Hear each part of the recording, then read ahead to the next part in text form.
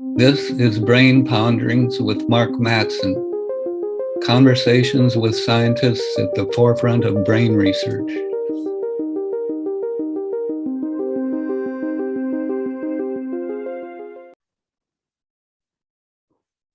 So today, returning guest is Stephen Cunnane of the University of Sherbrooke, up in Montreal, outside Montreal.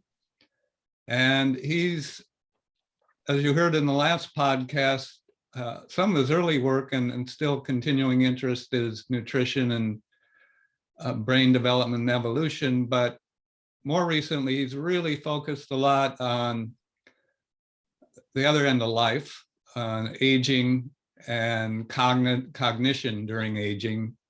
And there's quite a bit of evidence that we'll talk about that in the brain during aging, nerve cells start having problems using glucose as their energy source, but they may still be able to use ketones. So this conversation is going to focus a lot on ketones and the energy provision and metabolism in the mitochondria of nerve cells and why that seems to be so important. So Stephen, why don't you go ahead and talk about what led to your early interest in evolution, kind of led to your interest in fats and ketones, I think, and what got you interested in aging? Well, thanks, Mark, for having me on this discussion.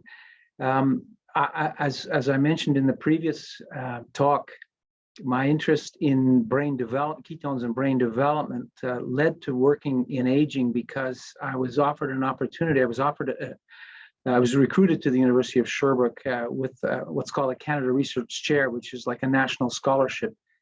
And the big advantage of coming to Sherbrooke was that we could develop ketone PET imaging. Sherbrooke has an excellent imaging center for all the modalities of imaging, and they were very enthusiastic about helping us look into ketone metabolism in the brain. The context had to shift to aging because they just didn't have the support for pediatric research that would have initially interested me. But I figured that the issues facing the brain during early development and during aging empirically seemed to me to be similar. And I was aware that there was a problem with glucose metabolism in Alzheimer's disease. So I said, let's explore this and let's compare the two main fuels of the brain. And it's been a very interesting ride over the past, 20 years next year. Yeah, so we've known for a long time that brain cells have trouble using glucose. Now, in Alzheimer's and also in mild cognitive impairment, which occurs in, unfortunately, a lot of people during aging and can cause some problems in their life. And that was based on the PET imaging with radio-labeled 2-deoxyglucose or other molecules, right? And now the question there is, in Alzheimer's, there's, once someone's symptomatic, there's some cell death that's occurred. So you might think, well, yeah, nerve cells have died, so you're seeing less accumulation of the radio-labeled glucose in those brain regions because there's fewer cells to accumulate it. But then you start looking at ketones. So there's two aspects to this story. You're absolutely right, Mark, and it's totally logical. If the cells are becoming dysfunctional and dying, they're going to use less fuel. So the question then became, well, what happens early in the disease before the symptoms? What happens with normal aging? For instance, cognitively normal people. Yeah. And in fact, there's already a literature, and we've contributed to it, that cognitively normal aging, people of 75 years old with a normal cognitive performance score still have about a 10% decline in brain glucose uptake, typically in the frontal lobe. The problem in Alzheimer's disease is in the parietal lobe. So it's not the same region, but there's some sort of challenge to glucose utilization in the brain as we get older, in the healthiest elderly people we could find. But this told us that the glucose problem could not just be a consequence of cell death, because at least the degree of cell death was not influencing their cognition in our healthy elderly population.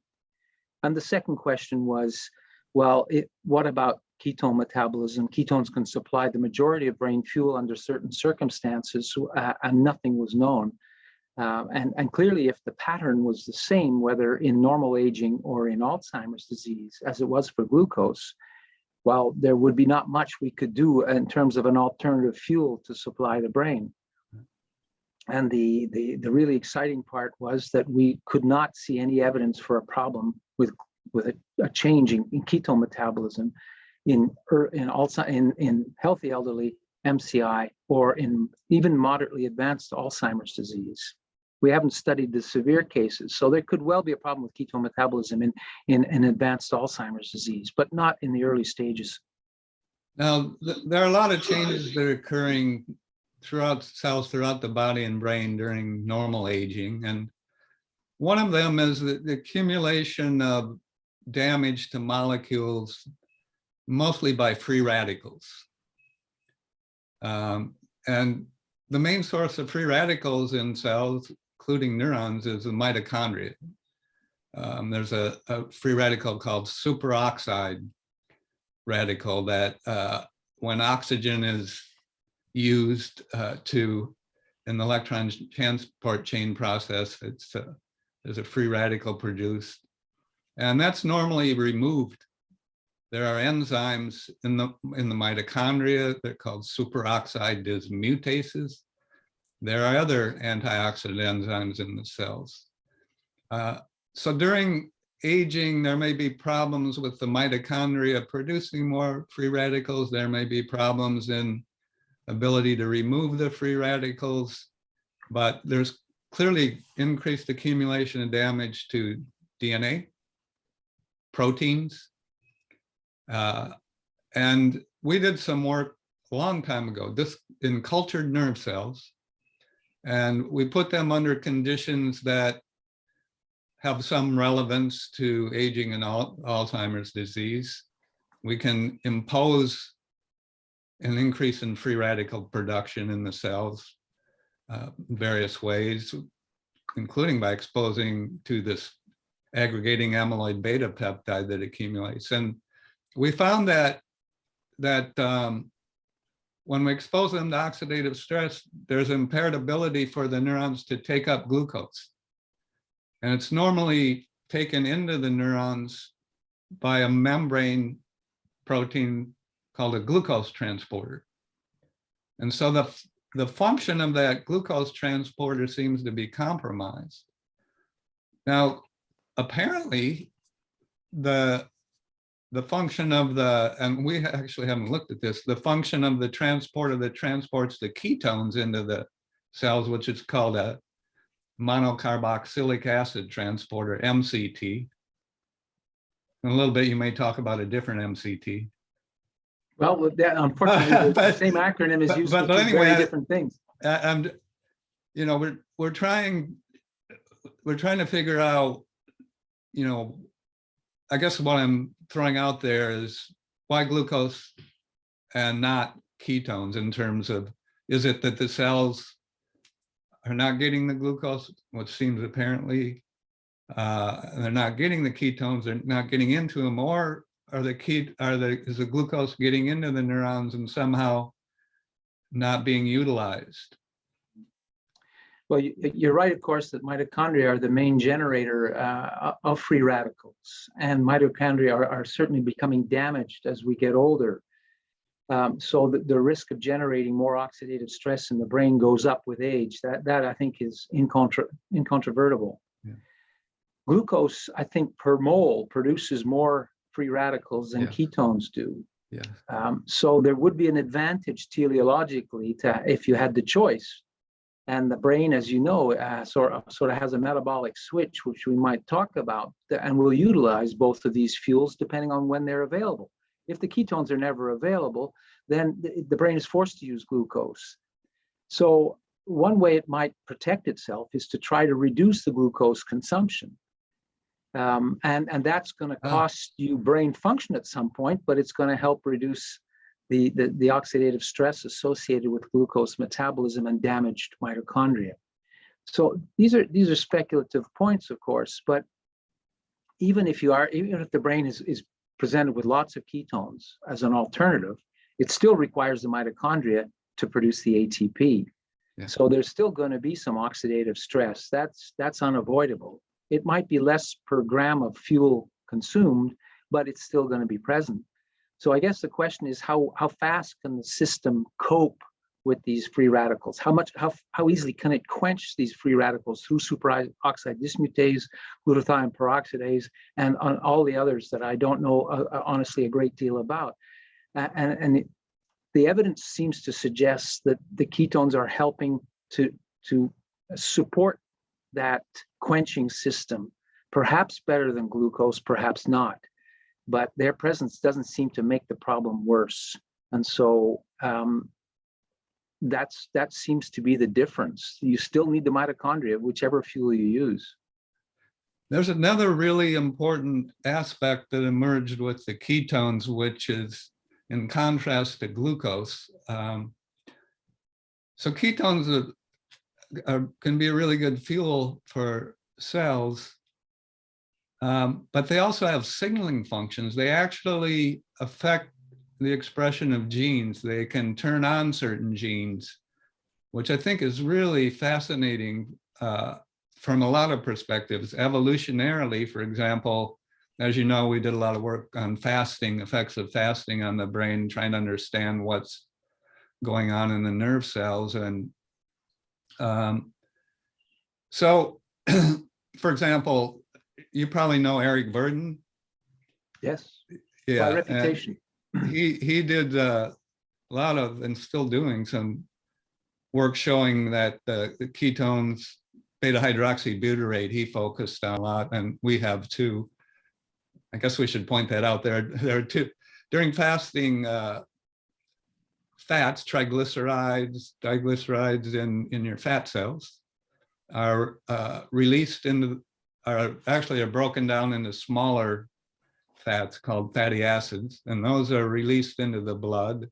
They go into the liver, they're actively moved into the liver, and these fatty acids are the precursors to the ketones that are used for energy. And the two ketones that are used for energy are the one you've used to make your radio tracer, acetoacetate, and then beta hydroxybutyrate. So both of those can be used as fuels.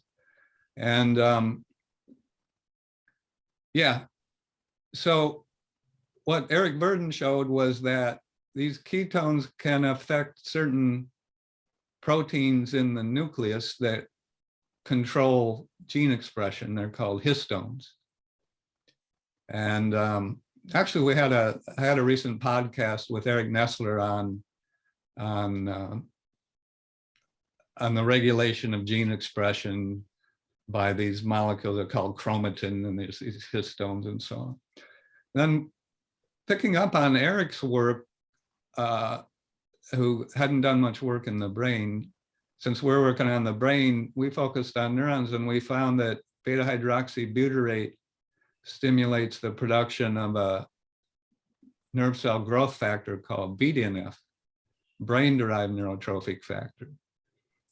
And so that's very interesting. The glucose, as far as I know, there's no such signaling functions for glucose.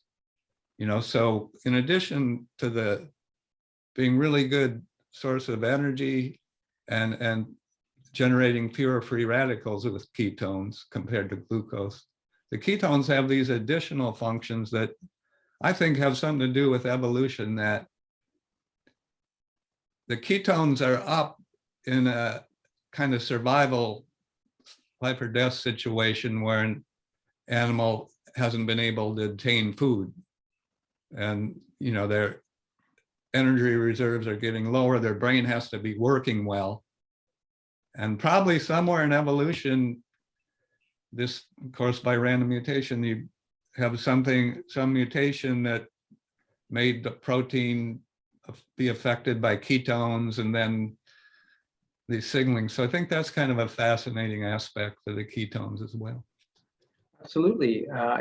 If anything, glucose has a destructive effect on proteins because by glycosylation, glycated hemoglobin, for instance, is a signal of a serious problem with insulin regulation. So yeah, it does attach to proteins, but not necessarily for a beneficial outcome.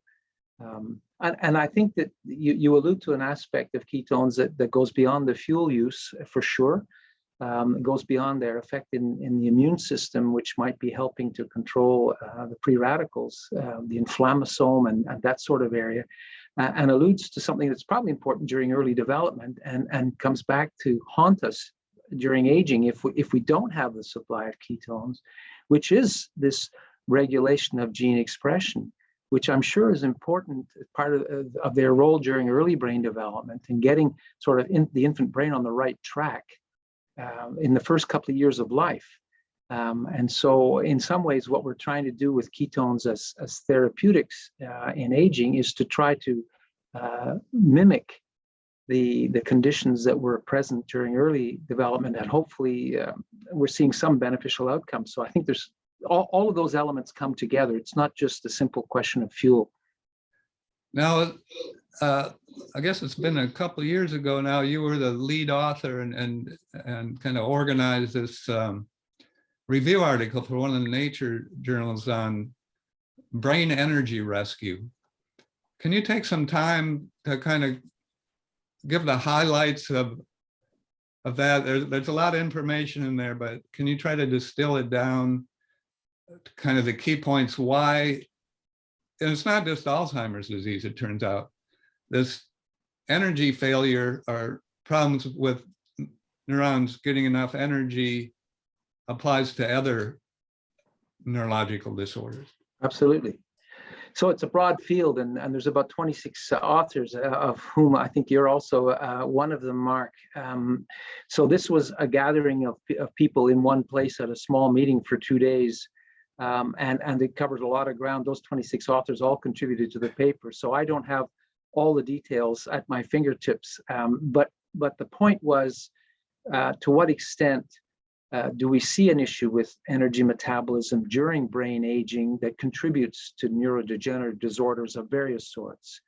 I think in Alzheimer's disease, we've certainly made some progress in that area, and others have confirmed the sort of results that we've seen with PET imaging, by the way, and with gene expression analysis, showing that there's a problem with glucose metabolism as Alzheimer's disease gets started, but there seems to be much less of a problem with ketone metabolism.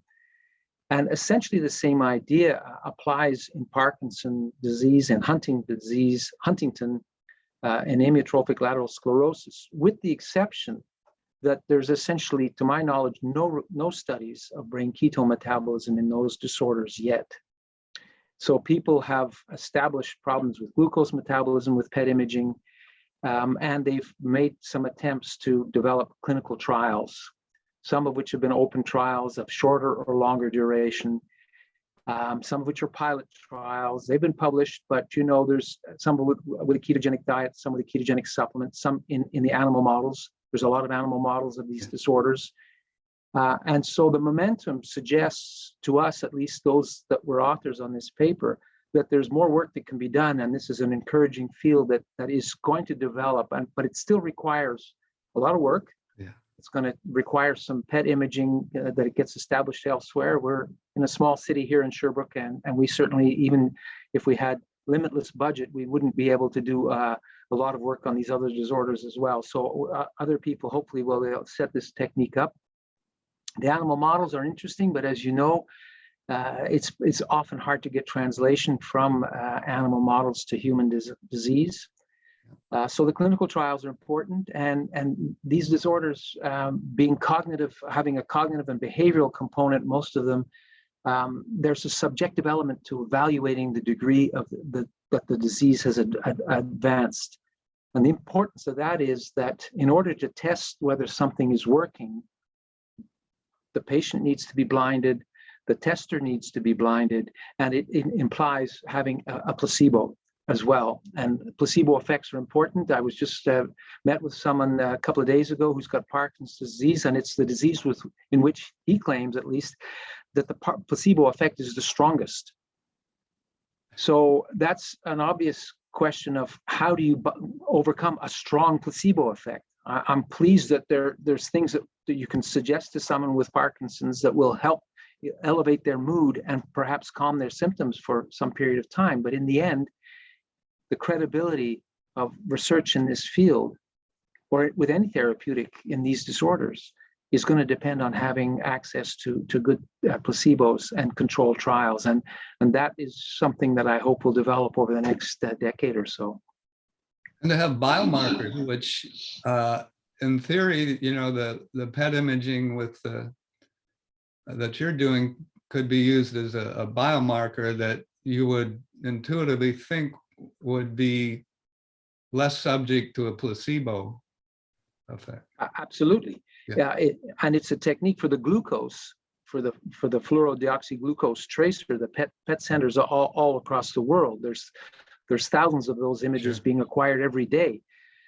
So that's part of it, establishing where, in fact, is the problem in amyotrophic lateral sclerosis, for instance. Can we pinpoint it? Can we assess its magnitude?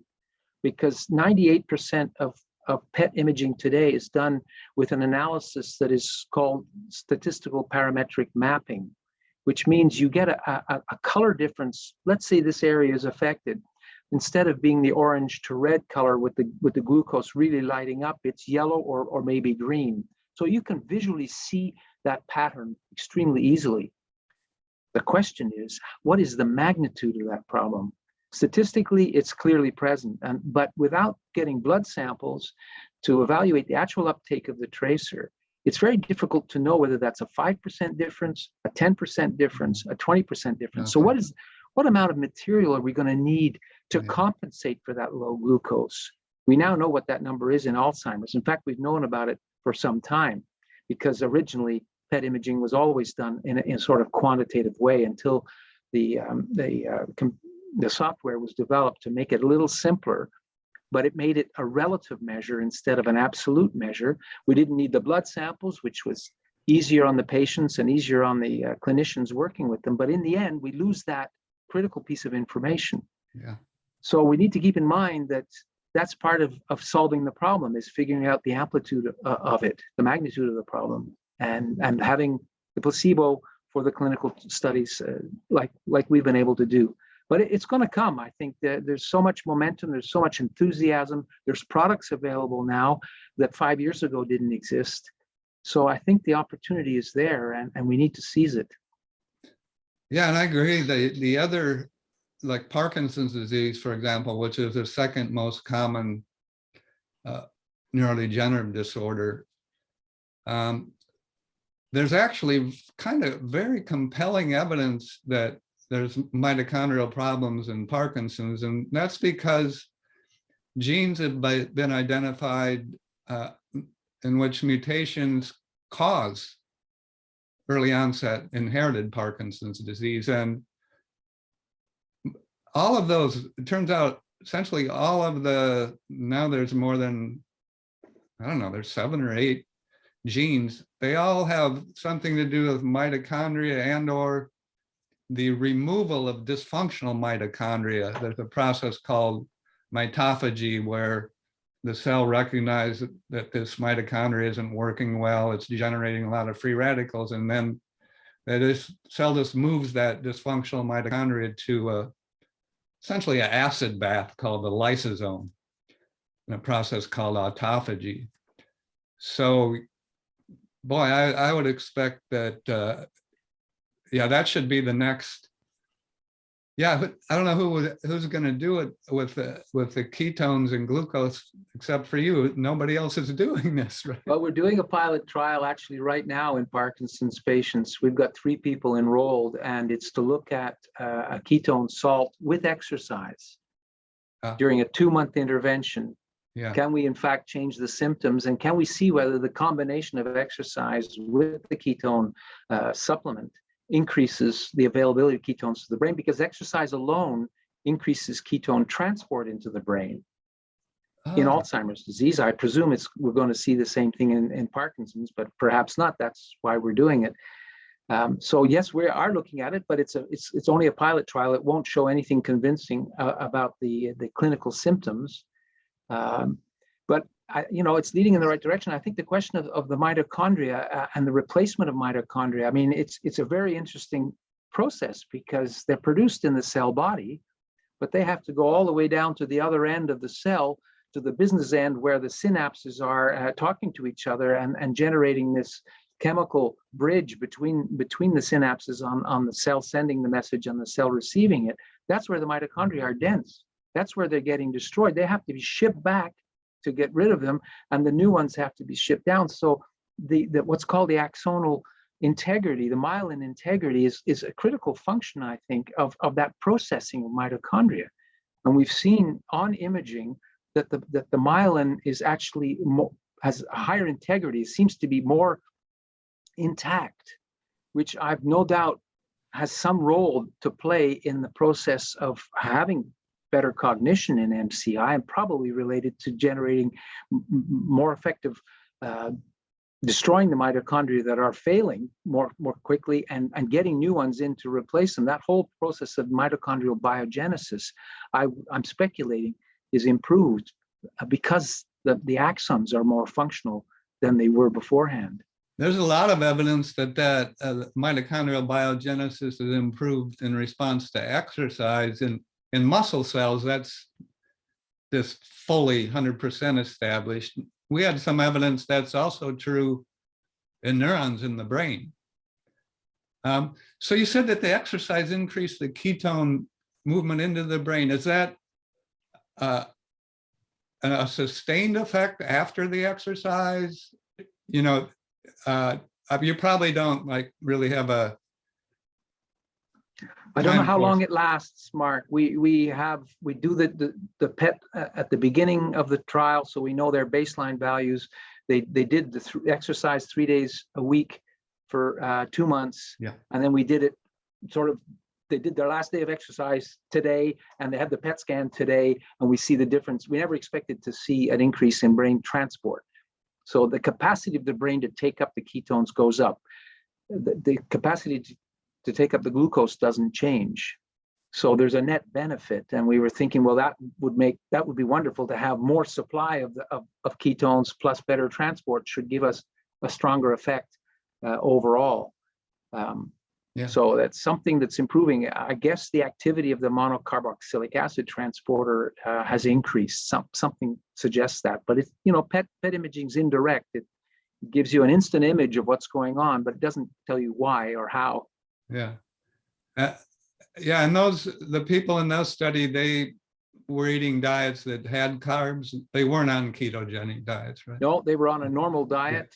They just had, in that case, it was a medium chain triglyceride supplement that we were providing. It was, I think it was 20 grams per day. Okay. And can you describe go over all the studies you've done so far with the medium chain triglycerides and any other, you mentioned the ketone salt. So go back in time to your first studies. I think, was it in people with mild cognitive impairment? Well, our first studies were in healthy elderly. The first question we asked, even before the PET imaging was set up, was, does a person of 70 or 75 years old, are they capable of producing ketones normally, like a younger adult would? Because if that capacity is in some way impaired, then the rest of it is in some way futile. It's all very well to show that the brain could potentially use them, but if they can't produce enough ketones in response at the time to MCT, to medium chain triglyceride, then we've got an obstacle in the process of generating ketones that we might get around with intermittent fasting, but we'll need a different strategy. And the answer is that with medium chain triglyceride, the capacity to produce ketones was identical. That was around the year 2005-06. There were no ketone salts, there were no ketone esters, and there weren't for another decade or so. So once we realized that MCT were beneficial, medium chain triglyceride, we started to look at these side effects because they do cause gastrointestinal discomfort, and a dose of 30 or 40 grams at one time in a spoon will often give you diarrhea. So the question was, how do we mitigate the side effects? Because that as well is going to be important if you're going to do an extended trial. It's not a one-day trial where it doesn't really matter in a sense if you had diarrhea after one day, but to keep people on it for 6 months, you have to avoid those issues. So there's a lot of logistical things that don't have much to do with the science of the project, but more the logistics and the food science. How do you make an emulsion of MCT? We had no real idea. We're not food chemists, but we played with skim milk, lactose-free skim milk, which is actually quite a good emulsifier, and that became what we used in our first trial, which is the only one we've reported so far. It was started in 2015, and again, I guess the salts might have been coming on the market at that time, but there were no placebos, which was an issue we knew we had to face. Again, it's all very well to have a nice supplement, but if you don't have a placebo, it really is not going to be treated seriously by your peers and the scientific community when you try to report effects on cognition. So we worked with an MCT, and we were able to use sort of high oleic acid sunflower oil as our placebo control, which was not ketogenic, didn't have any omega-3, which could be beneficial, didn't have any omega-6, which might be seen as potentially adverse. So it's a delicate area to get something that's credible. Couldn't put any glucose in it. Maltodextrin is a great source of energy, but it would probably cause problems and would be seen as stacking the deck against the placebo. So, just finding the right placebo is actually quite challenging. And we overcame that. And now that the salts are available, there's some advantages. The issue then became, well, what about sodium load? Because sodium is usually one of the main salts, even when they're mixed with calcium salts and magnesium. Sodium is still, and our regulatory agency in Canada insisted on having very close monitoring of blood pressure and serum electrolytes to be sure that we're not causing any sodium overload, which is the case. We've had 18 people complete the trial now, and nobody's had a change in blood pressure or a change in serum electrolytes. The participants were told to reduce their sodium consumption with, sodium-rich snacks like potato chips.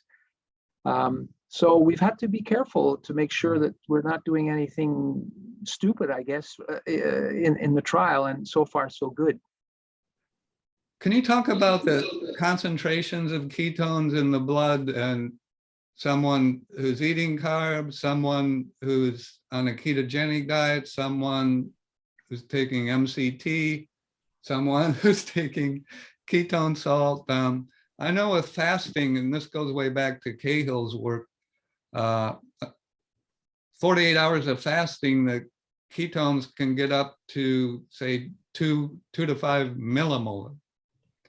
And if you're eating carbs, the ketones are really low. In fact, a lot of times hard to detect with the normal ways of measuring this. So I think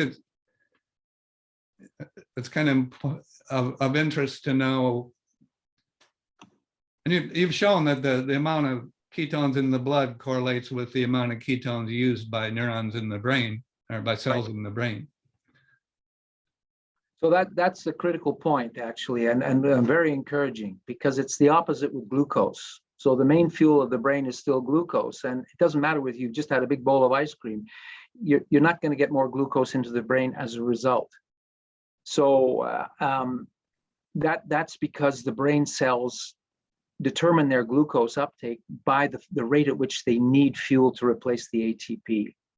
Whereas the opposite, as you just mentioned with ketones, the ketone uptake into the brain is not dependent on the utilization of ketones by the brain, it's dependent on the supply. Yeah. We call it push-pull. Glucose is pulled into the brain, ketones are pushed into the brain. And teleologically, it makes sense. If the ketones are the backup fuel, once there's not much glucose, you want the reaction of the brain to be instantaneous so that it doesn't go into a fuel crisis or an energy crisis and you collapse, you faint. So ketones do rise if you fast or any form of caloric restriction or energy restriction. So the typical diet, whatever that is, with 3 meals a day and 50 to 60% carbohydrates, basically means the ketones are suppressed almost all the time except during the night. And Yeah. even then, if you have a snack before going to bed, the window of opportunity for ketones to rise is very short. So the longer the fast during the day, the more the ketones will rise. And as you mentioned, George Cahill, he's the first to put ketones on the map in terms of being the replacement brain fuel. People knew at that time that there was something replacing the glucose, but they didn't know what it was. And he did essentially a 40-day fast in obese people that were under medical supervision. And not only is that not dangerous, but the ketones were supplying 60-some% of the brain's energy requirements in those individuals. And it was a linear relationship with the blood levels. So there's a number of different ways you can do this. Obviously, a fast, even if you're willing to do it for 40 days, at some point you need to break your fast. So the question becomes, what are you going to replace it by? And the advantage of the ketogenic diet is that you break the fast in terms of eating, but you don't break it in terms of stimulating insulin with too much glucose. The insulin stays down because there's not much carbs coming in at any point. And so the ketogenic diet is a way of sustaining ketosis for an extended period of time. It's a question of choice. You need to adapt your diet to basically eliminate pasta and rice and potatoes and bread, and of course refined sugar. So there are people that do this on a regular basis and have for, and they're living well, as those that, like you, I believe, practice intermittent fasting. It becomes a habit. It's like running. Yeah. You're a runner, you're a swimmer, or whatever it is, and so it's part of your lifestyle, and that's a choice, and you make it consciously. But it's something you need to be disciplined about as well, and do it in a sustained way. Something like stopping alcohol. If you decide that you're not going to drink alcohol, you need to stop, or you choose to stop. It's not something you can tinker with, especially if you've been an alcoholic. You can't just have one beer one day. So it's the same frame of mind that I'm doing this for my health, and my approach is going to be exercise, or it's going to be intermittent fasting, or it's going to be the ketogenic diet. Yeah, and I know you exercise regularly. I'm not too bad. I'm not a fanatic, but I'm relatively active. Yeah, but you don't eat ketogenic diet. No, but in the end, so why are we doing this anyway? It's not because it's a fad. It's not because I have intractable epilepsy or a brain tumor where getting ketones up and getting glucose down is essential. Yeah. The goal as we get older, in the end, is to make sure we get enough fuel getting into our brain to give the brain the opportunity to keep functioning normally. Yeah. And the key player between the ketones and the glucose is insulin. If we can keep insulin happy, whatever technique you choose to use, then that's ultimately the goal. And insulin resistance is a big part of the problems associated with cognitive decline. My insulin sensitivity is excellent. So somehow between what I eat and the frequency of meals, by the way, because more meals, small meals have a small effect on insulin. You don't get the big rise in insulin if you eat one meal a day because you're practicing intermittent fasting, for an example. Then you're going to get quite an insulin surge at the time of that meal if there's carbohydrate in it. And my insulin sensitivity is excellent. My blood pressure is good. So I'm relatively confident that I'm doing something right, and I'm not really sure which part of the is important. Yeah. It is interesting though with the intermittent fasting, and this has been shown in people, if you adapt them to intermittent fasting over a period of a month or so, their insulin sensitivity improves. So even though, it kind of makes sense. You eat a bigger meal, you have a bigger increase in insulin, but the key thing is how well are the cells responding to insulin so that they remove the glucose from the blood quickly. Yeah. So I think this notion that you should try to avoid big rise in insulin, I'm not convinced of that, because I think there's a dissociation between insulin sensitivity and there's a nice correlation between how many calories you eat at one time and how much insulin, but that makes sense. That makes biological sense.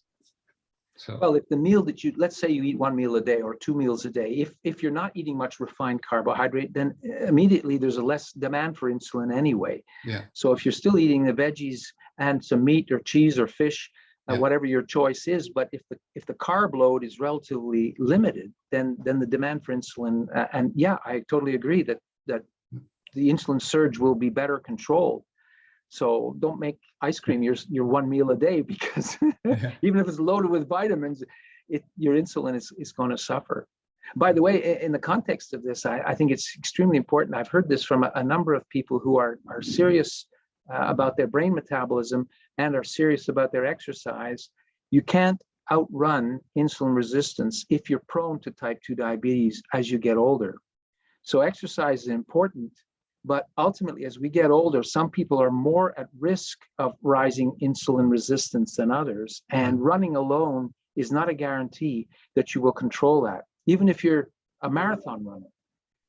People like Tim Noakes, for instance, who is, I think, one of the leading exercise physiologists of the past 20 years, was struck by this. And people like Jeff Volek, we've talked about this as well on several occasions. So eventually you've got to limit carbs or do something about carbohydrate load to put less demand on insulin, because exercise alone will not solve that problem.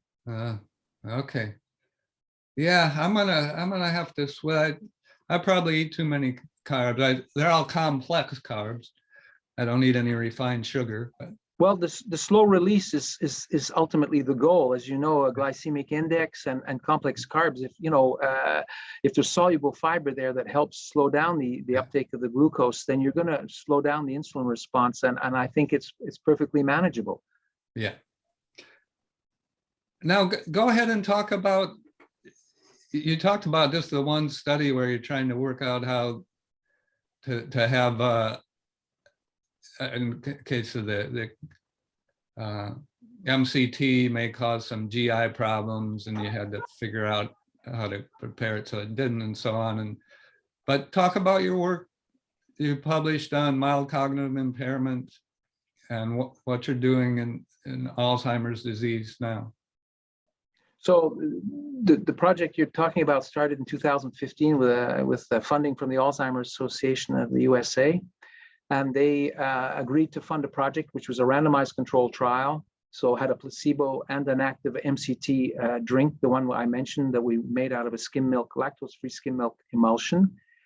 We had enough funding to do 20 people per group in each of those two groups, which was sufficient to look at the metabolic issues in the brain.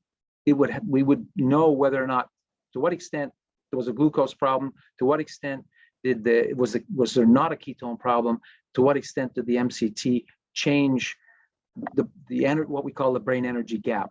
How much did we fill that gap? Because we didn't know. We knew the gap was about 10% lower glucose, but we didn't know what percent of that gap would be filled by the 30 grams per day of MCT, because the MCT produced ketones for a couple of hours, but they go down again. So you've got a little surge. Now you're going to correct your brain energy gap. And then until you have the next dose of MCT, that gap goes back to where it was.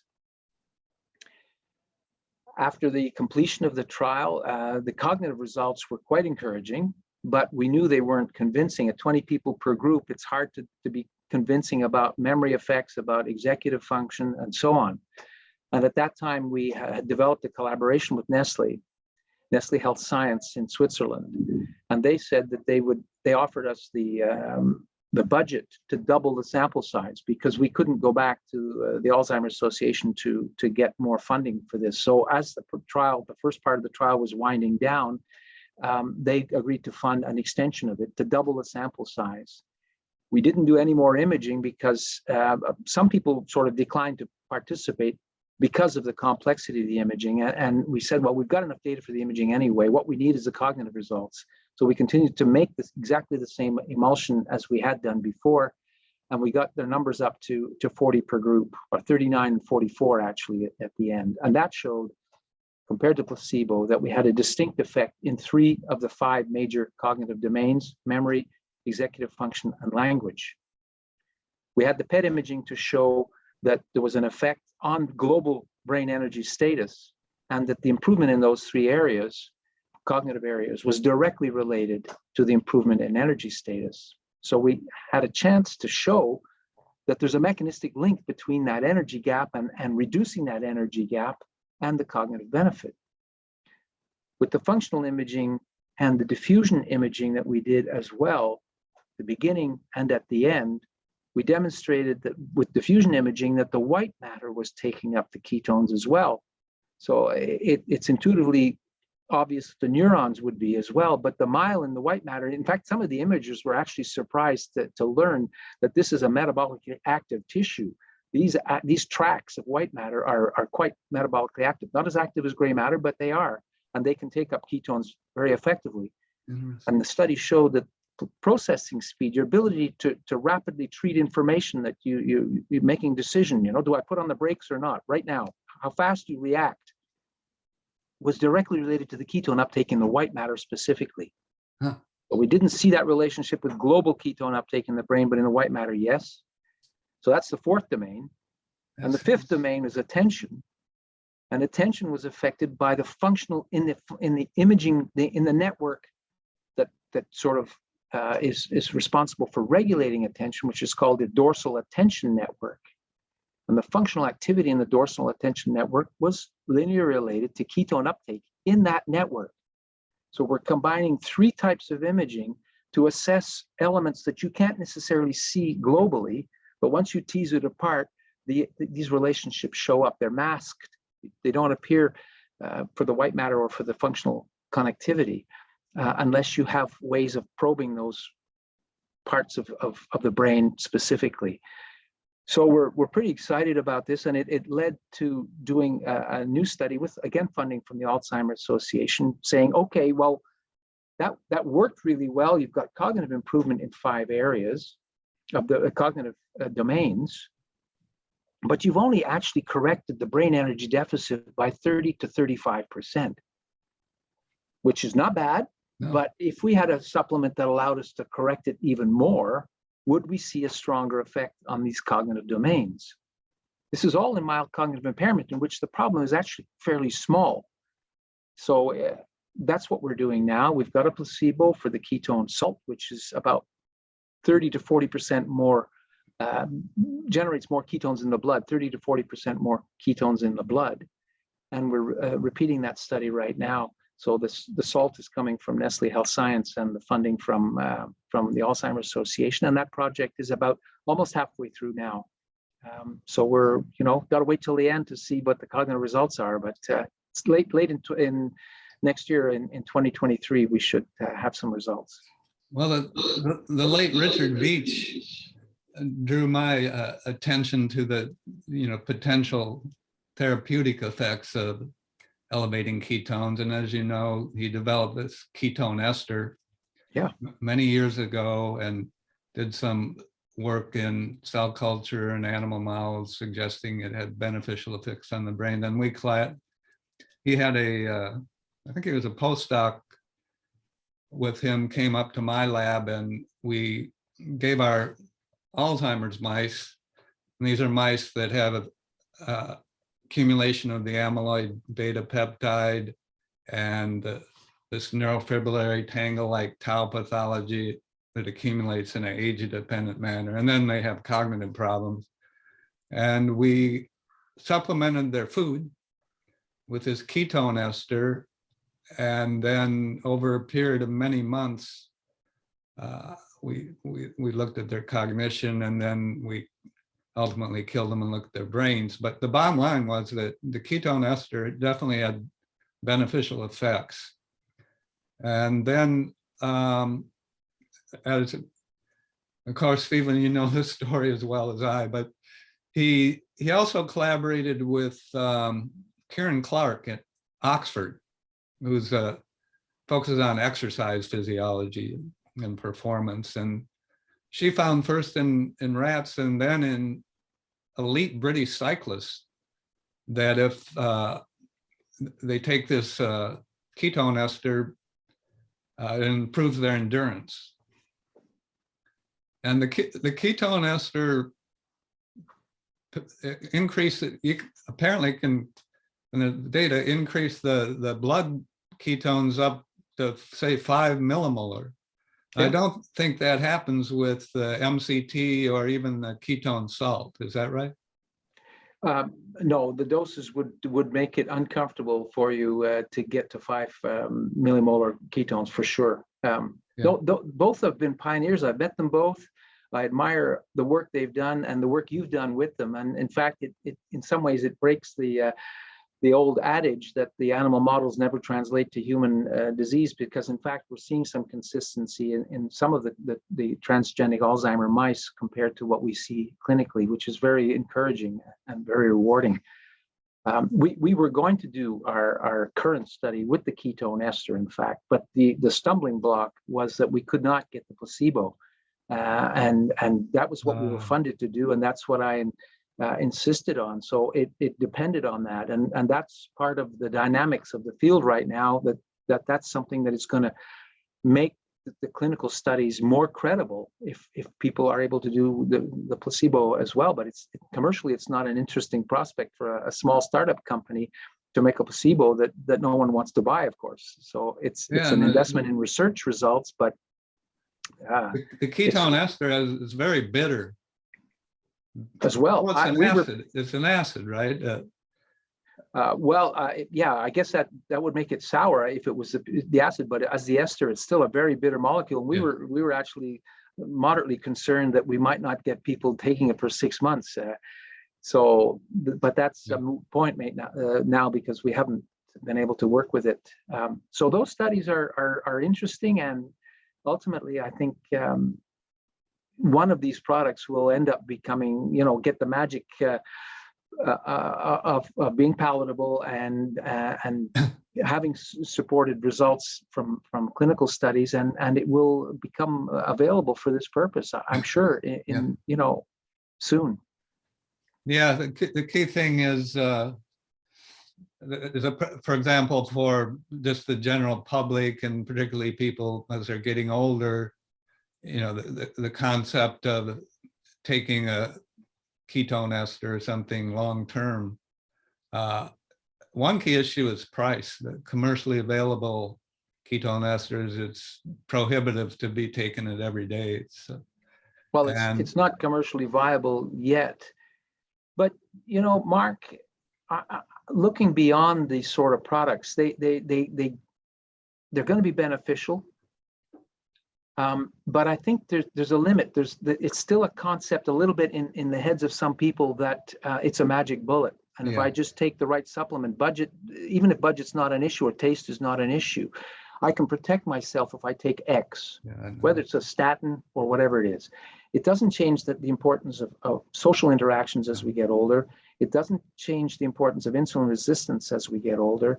And exercise. Forget about your brain in some respects and think about what's going on below your neck and the health of the body as a whole, cardiovascular health, your weight, your risk of diabetes. Ketone esters might have some benefits for some fuel management issues, but ultimately you need a more holistic, a more global approach to your health. And these things can be part of the solution, but they won't be a solution by themselves. Yeah, so I agree with you, but that may come to be important in people who are developing mild cognitive impairment, or maybe in the early stages of Alzheimer's or Parkinson's. And of course, many elderly people have physical problems that can really impair their ability to really get good exercise. Absolutely. So yeah.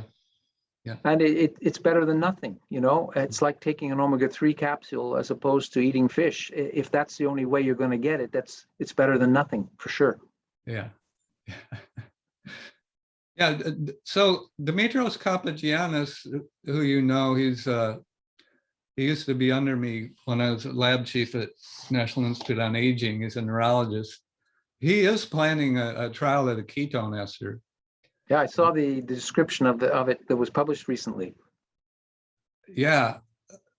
So anyway, I need to talk to him now after talking to you about the placebo issue, Because I want to Well, make sure I think the goal of the project was to, I mean, please do talk to him if you want to, but I think his goal, I think, was to recruit 25 people per group. I might have misremembered that, and to look at metabolic parameters. So it depends on what you want to show. And if the primary outcome, as we call it in science, is metabolic, then 25, having a placebo is optional. Yeah, that's I think a metabolic outcome is something you can measure with a machine, and you can get a hard number, and you can say that's what it is, and you know what the variability is, and you can compare two groups. Ultimately, though, if cognition is a secondary, it's probably a secondary outcome, and of course you say, well, I got nice results on cognition. I wish I'd had the placebo group. It depends on funding. It depends on your goals. You don't need a placebo for everything, but for subjective outcomes, behavioral outcomes, quality of life outcomes, cognitive outcomes, a lot of these studies are done with the person. You can't be a participant in these studies without having a partner in your life that lives with you and knows what you're like, so that they can say, yes, I've noticed a difference in this sort of behavior. As part of the quality of life assessment. Again, that's something that's subjective. So if both of them know that they're on the active treatment, then the impression is that things are going better, even if they're not. So placebo becomes absolutely essential under those circumstances.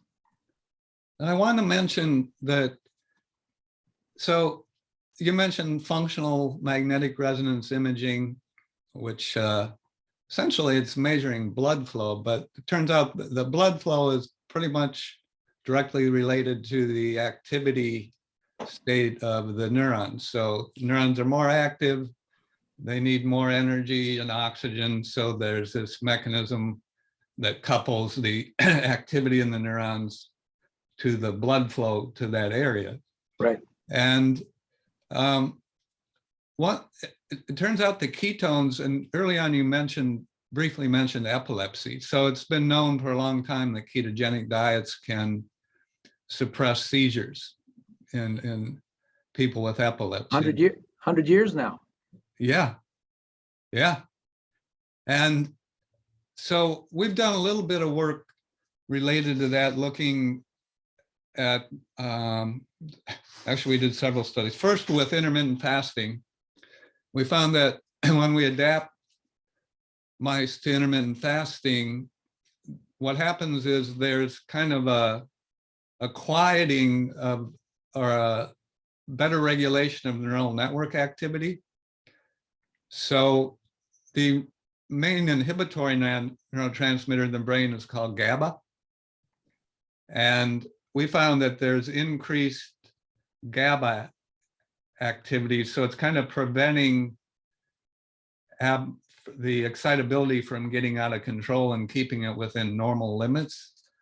And that's a really important thing, I think, with regard to the Alzheimer's. There's very compelling evidence now that probably even when people before they are diagnosed with Alzheimer's, there's neural network hyperexcitability. There's neurons that are firing when they shouldn't be. And patients with Alzheimer's disease, according to my reading of the literature, have anywhere from a 20 to 50-fold increased incidence of seizures compared to age-matched normals. There's evidence, and we contributed actually quite a bit to this, that part of the reason neurons degenerate and die in Alzheimer's is they're become excited to death. They're being excited excessively when their energy levels are low. They're having problems in mitochondria and so on, like we talked about. And yeah, it's well known that neurons can be excited to death. That can happen in severe epileptic seizures, but we think it also occurs more insidiously in Alzheimer's. So that's one important general mechanism, I think, whereby the ketones are beneficial in keeping neural network activity within proper limits and preventing this excitotoxic damage to the neurons. Well, you're absolutely right. Older people that are at risk of, who already have Alzheimer's, have a higher risk, as you said, of epilepsy. There's also cognitive issues associated with epilepsy as well in children or at any age. So the two are on some kind of a continuum in terms of hyperexcitability. And there are psychiatric symptoms, behavioral disinhibition that occurs in Alzheimer's as well, and in other neurodegenerative disorders that suggest that certain pathways are too active as well. Yes. Hyperexcitability is a broad term, but it seems to apply to these various conditions, and GABA is an important inhibitory neurotransmitter that and there are GABA agonists, I believe, that are used as epilepsy disease treatment drugs. Yeah. Levetiracetam, I think, is one of them. So whether you can use this as an off-label treatment for Alzheimer's, perhaps in combination with ketones, and perhaps it is the reason why ketones are beneficial. There's ketones don't go directly into GABA, as you, I'm sure, know, Mark, that the Krebs cycle is generating carbons that spin off to these molecules from glucose, but ketones cannot produce the carbon that goes off to GABA. So if GABA is going up when you're in some form of ketosis, it suggests to me that the ketones are doing something that the glucose could have been doing, and it's sparing some glucose that can now go through the Krebs cycle and make more GABA. But this is an interesting limit. It's not just fuel that ketones are helping, again, as we talked about earlier, but rather the right neurotransmitter balance to keep the right excitation inhibition equilibrium that's needed for optimal cognitive function. There are trials of some GABA receptor agonists in MC8, mild cognitive impairment. I don't know about Alzheimer's. Michaela Gallagher here at Johns Hopkins, she collaborated with some clinicians and did like an initial trial and published a paper in MCI. With riluzole, I think, which is a GABA agonist or receptor agonist, I believe. Riluzole? No, it's not riluzole. Riluzole is a drug used to treat ALS. I think it's been tested. It has effects on GABA, as far as I know. I might be. No, it has effects on excitability. It enhances the removal of glutamate. Okay. It enhances the glutamate transport system, but it's the same general concept that something that kind of quiets things down a little. And you mentioned like Alzheimer's patients are often have like irritability, anxiety-like behaviors, and actually we see this in some of our mouse models, and both intermittent fasting and the ketone ester, and we can test their anxiety levels. We have ways of testing the animal's anxiety.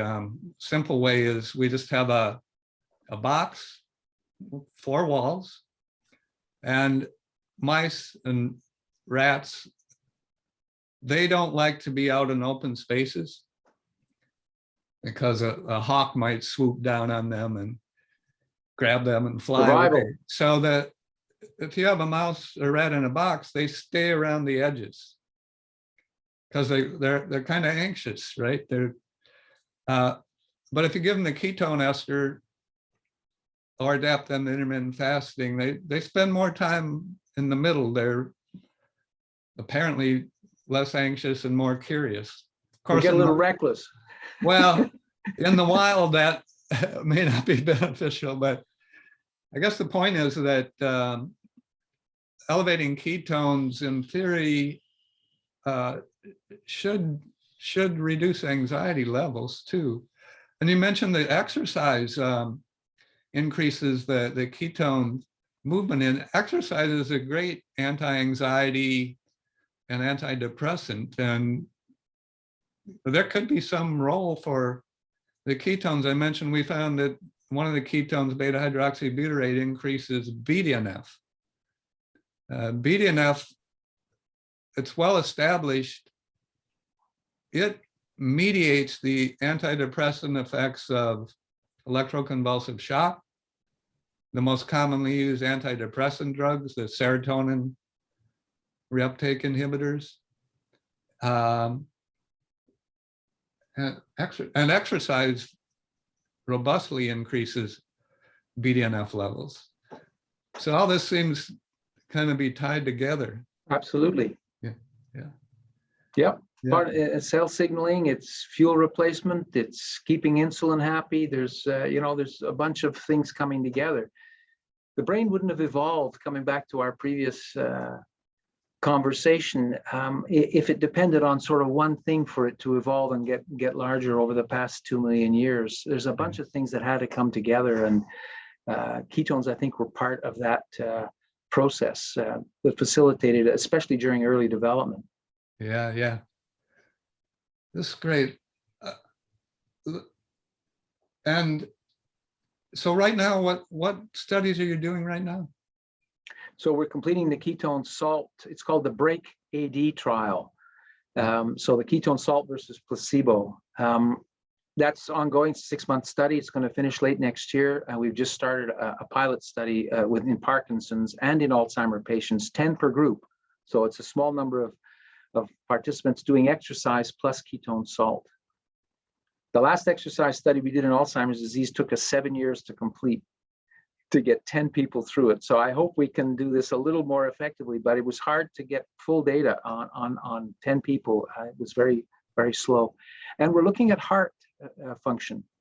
Oh, good. We decided for just to explore what was going on with the uptake of the ketone tracer, PET tracer, below the neck, and noticed that the heart was actively consuming ketones.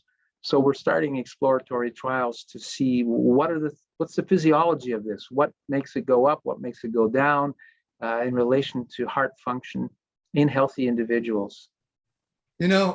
So most of the viewers will know that people who exercise, get aerobic exercise regularly, generally have lower resting heart rate and low normal blood pressure.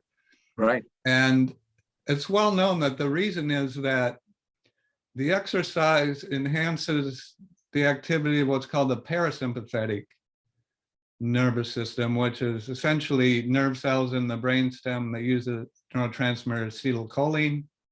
Their axons course through the vagus nerve to the heart. And so when they're active and release acetylcholine onto the heart cells, the heart rate slows down. And that contrasts with the sympathetic nervous system, which speeds it up. So we found the same thing, intermittent fasting over time, over a period of several weeks, will reduce resting heart rate and blood pressure. So I think it would be really interesting. So you're obviously going to be looking at blood pressure and heart rate, but another measure kind of on top of that is it's called heart rate variability. Right. And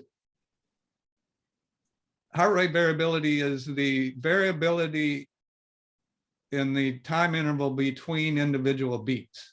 So for example, if your heart rate was 60 beats per minute and mine was 60 beats per minute, that doesn't mean there's one beat every second exactly.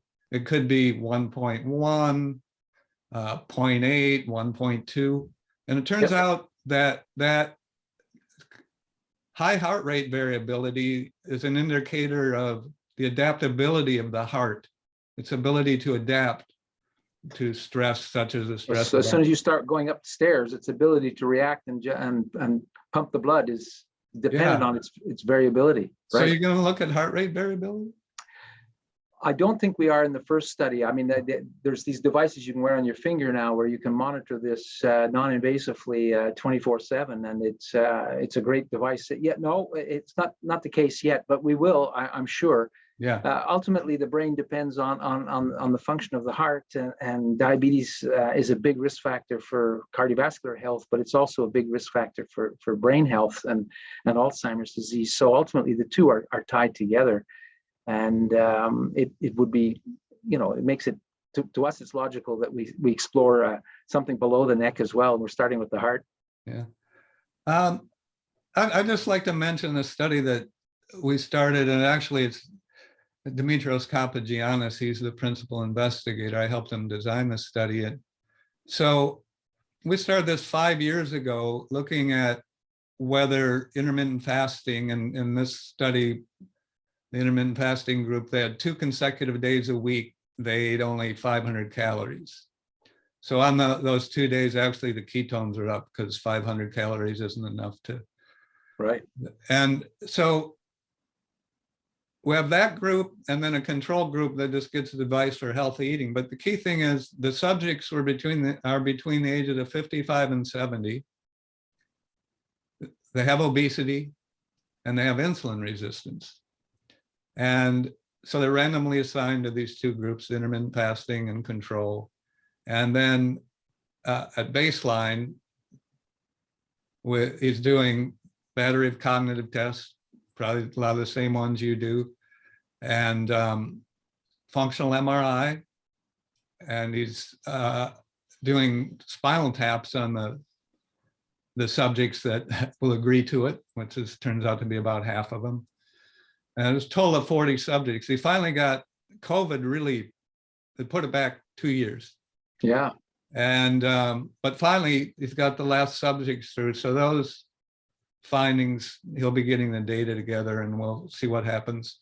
So anyway, the reason we did that group, people be 55, 70 with obesity, insulin resistance, they're at higher risk for cognitive impairment and Alzheimer's than our normal weight people with good blood sugar regulation. So we'll see what happens with that.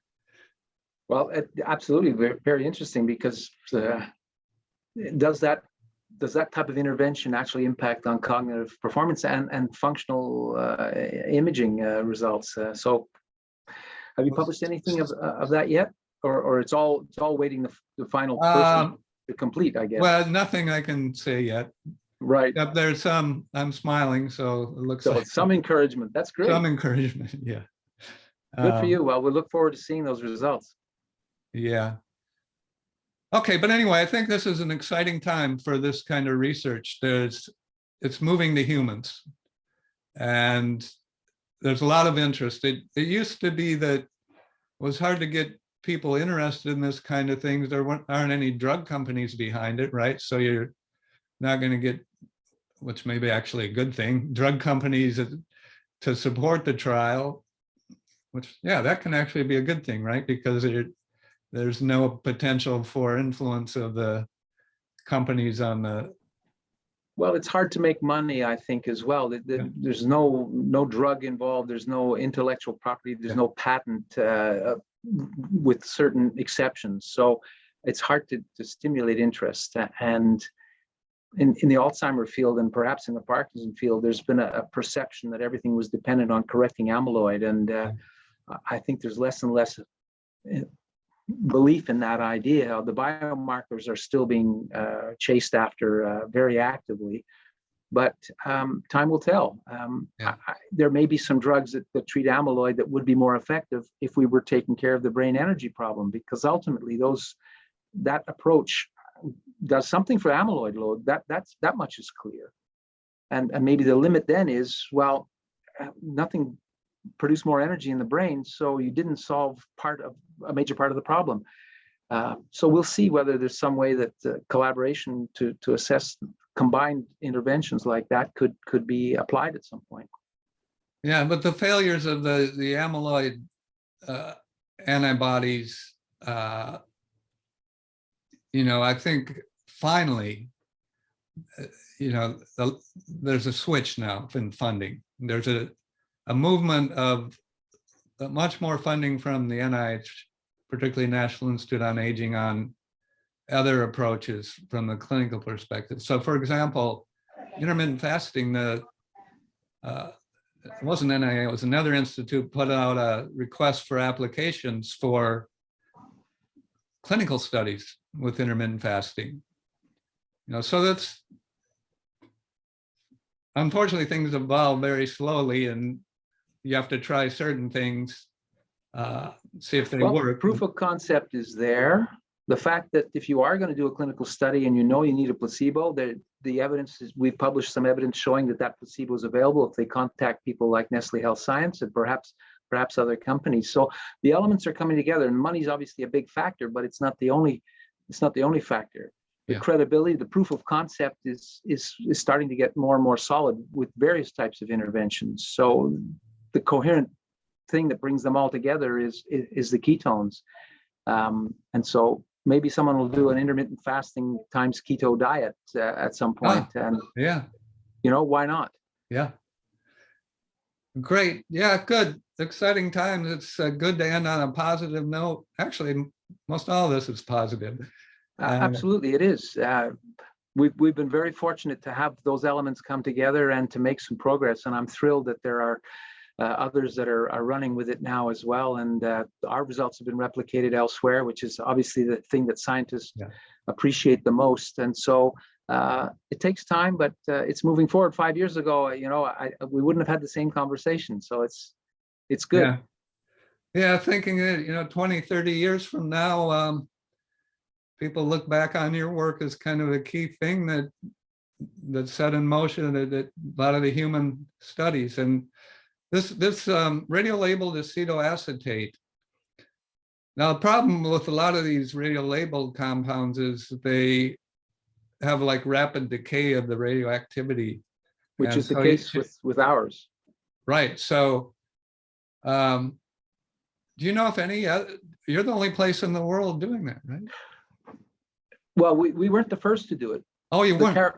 The Karolinska in Sweden published 2 papers with C11 labeled beta hydroxybutyrate, a guy called Gunnar Blomqvist. Oh.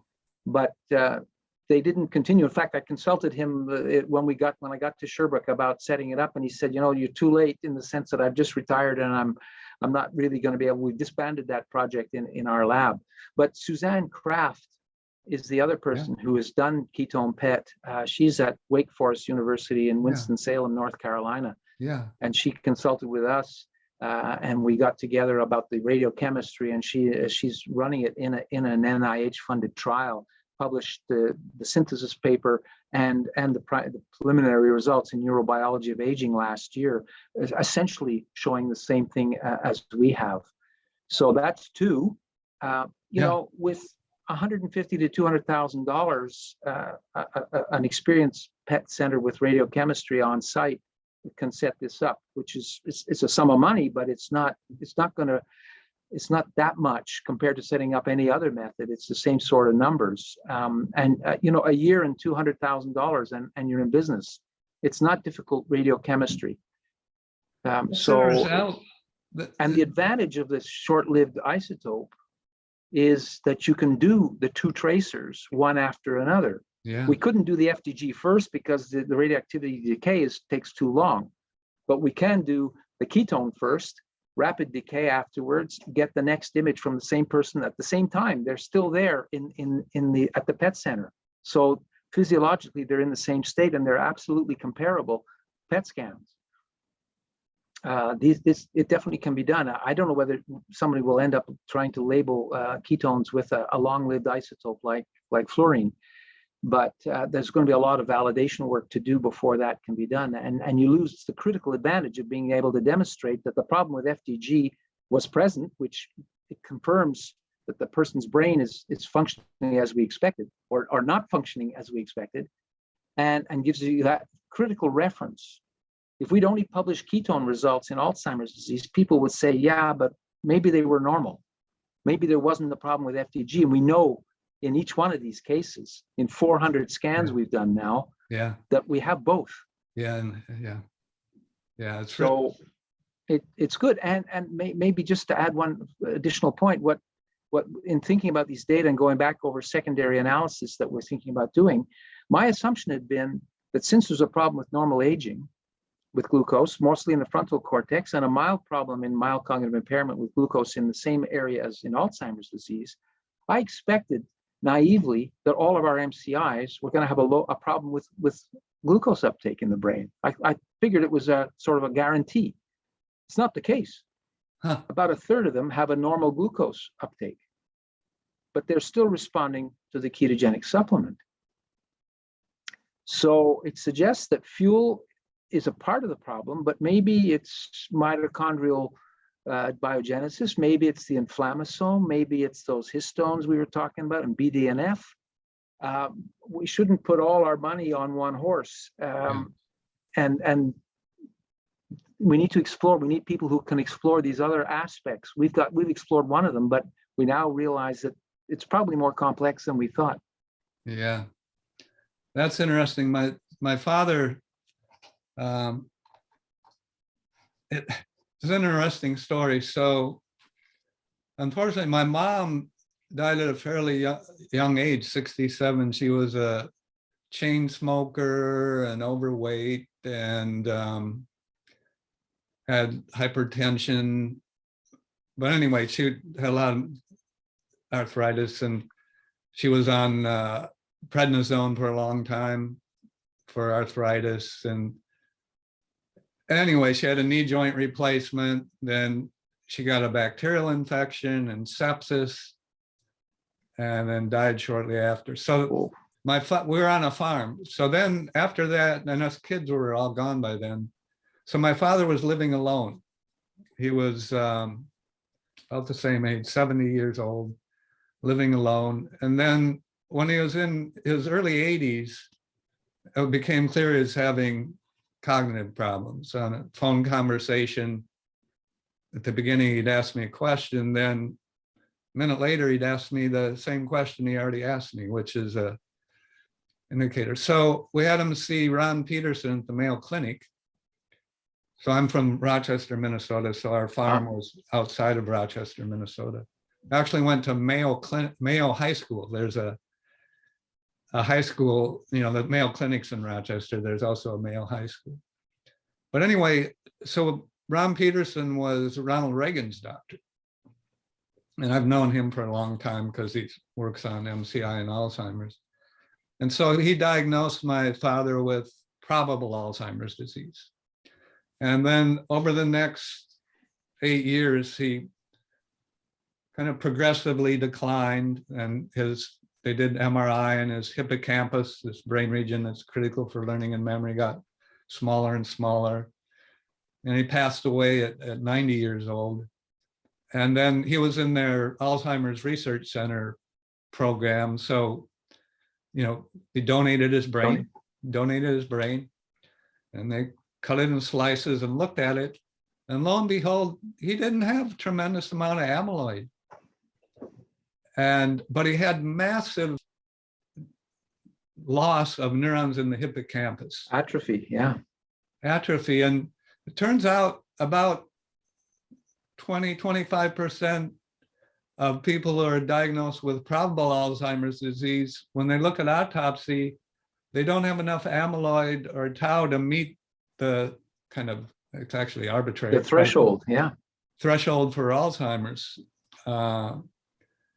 Yeah, but I think what happened with him was he was alone on the farm, and he didn't have any social interactions, and he was retired, so he didn't have a lot of cognitive stimulation, and that probably hastened his decline because he probably wasn't out running very often, or he was walking a lot, but that might have helped. It might have pushed things, given him a couple more years. Yeah. But you're right. I think 20 to 25% of people are amyloid negative and still develop the symptoms, and vice versa. You and I could have amyloid in the brain right now, perhaps alarmingly so, but some of us will resist that because of other things that are protecting the brain at the same time. So yeah, it seemed like a good idea at the time, I guess we can say, about amyloid, but so far it just hasn't delivered. Yeah. Okay. But probably this brain energy rescue approach and ketones with what seems to be beneficial signaling functions of the ketones, you got that combination of a good fuel, less free radicals, and kind of neurotrophic signaling functions. should apply to pretty much any brain disorder of aging. But as we just said, amyloid's not a guarantee that you'll get it or won't get it. The ApoE4 is not a guarantee for or against. And as we just described, in our MCI participants, the low FDG, it's not guaranteed they've got low FDG either. So that's not a bulletproof marker. It seems to be relatively good. It's led us so far to where we are, but we need to be aware that it's a complex system, and that there could be people who have got other issues to do with inflammation, for instance, or that are having an impact. And maybe that normal FDG is in part due to activated microglia, which are gobbing up the glucose because they're being activated with it, or they're stimulating glutamate production, or who knows, which is contributing to the hyperexcitability. Yeah. And so, there's limits to what each method can tell us. And we need to think about other ways to assess this and develop this to try and flesh out the whole story. Yeah. Well, great. Stephen, I've again enjoyed talking to you as always, and time went quick. We've been talking almost an hour and a half. Right. It feels like 10 minutes. Yeah, it feels like 10. I hope I didn't repeat myself too much. No. It was great. Well, thanks again for the service you're doing, Mark. To have a chance to chat with you about this is wonderful for me, and I hope that your public is learning something. Yeah, I enjoyed it, Stephen. Thanks for taking the time. Bye-bye now, Mark. Bye-bye. Bye.